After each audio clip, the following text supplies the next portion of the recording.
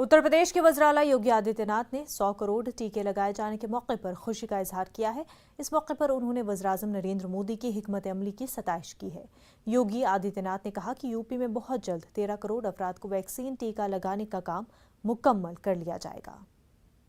जिन लोगों ने सबको वैक्सीन, मुफ्त में वैक्सीन लेकर के प्रधानमंत्री जी के संकल्पों के साथ जुड़ करके कोरोना मुक्त भारत की परिकल्पना को साकार करने में अपना योगदान दिया है, उन सबको इस अवसर पर बधाई देता हूं।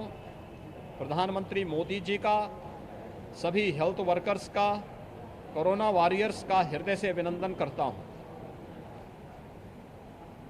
प्रधानमंत्री मोदी जी के नेतृत्व में उत्तर प्रदेश आज 12 करोड़ 25 लाख वैक्सीन अब तक दे चुका है और मेरा अनुमान है कि आज जो बृहद अभियान चल रहा है, इस बृहद अभियान के क्रम में उत्तर प्रदेश आज एक बड़ी संख्या में फ्री वैक्सीन, सबको वैक्सीन के इस संकल्प के साथ जुड़ करके इस सप्ताह हम लोग 13 करोड़ लोगों को वैक्सीन के डोज उपलब्ध करवाने में सफल हो जाएंगे।